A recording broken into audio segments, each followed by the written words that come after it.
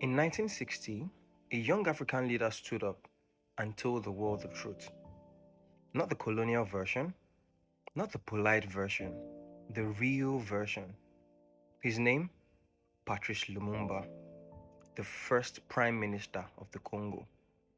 In one speech, in one moment, he shook the foundations of Western power, and they never forgave him for it.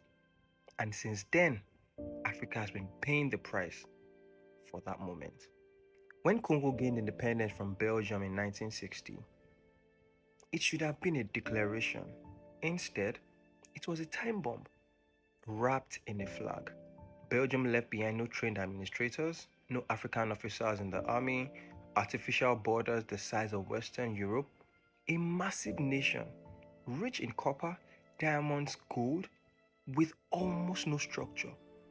And into that storm steps Lumumba, brilliant, young, passionate, and determined to build a united independent Congo. At the independence ceremony, the Belgian king gave a speech. Of course, a speech wrapped with lies and deceit, praising civilization and progress. It was the same colonial script. Then Lumumba rose. He stood up, calm, sharp, and unapologetic. And he said, "We have known forced labor. We have known insults, blows, and humiliation." The room froze. The king stiffened. The cameras captured every second. An African leader had spoken the truth, publicly and with dignity. The crowd erupted, but the world panicked. Within weeks, everything turned against Lumumba. Belgium backed rebels in the mineral-rich Katanga regions. The army mutinied, and the CIA, of course, labeled Lumumba a threat.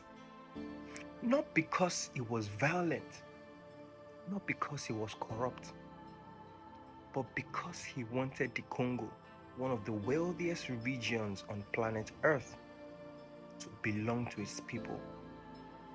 And that was unacceptable. Lumumba was captured, tortured, and assassinated. His body was dissolved in acid. His voice was silenced. But here's the truth. They did not kill Lumumba because he failed. They killed him because he was succeeding. He understood that Africa's true strength was unity. That no nation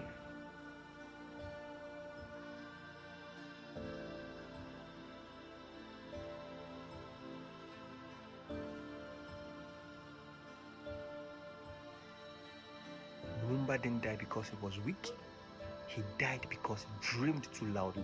Patrice Lumumba was 35 years old when he became Prime Minister and when the world turned against him.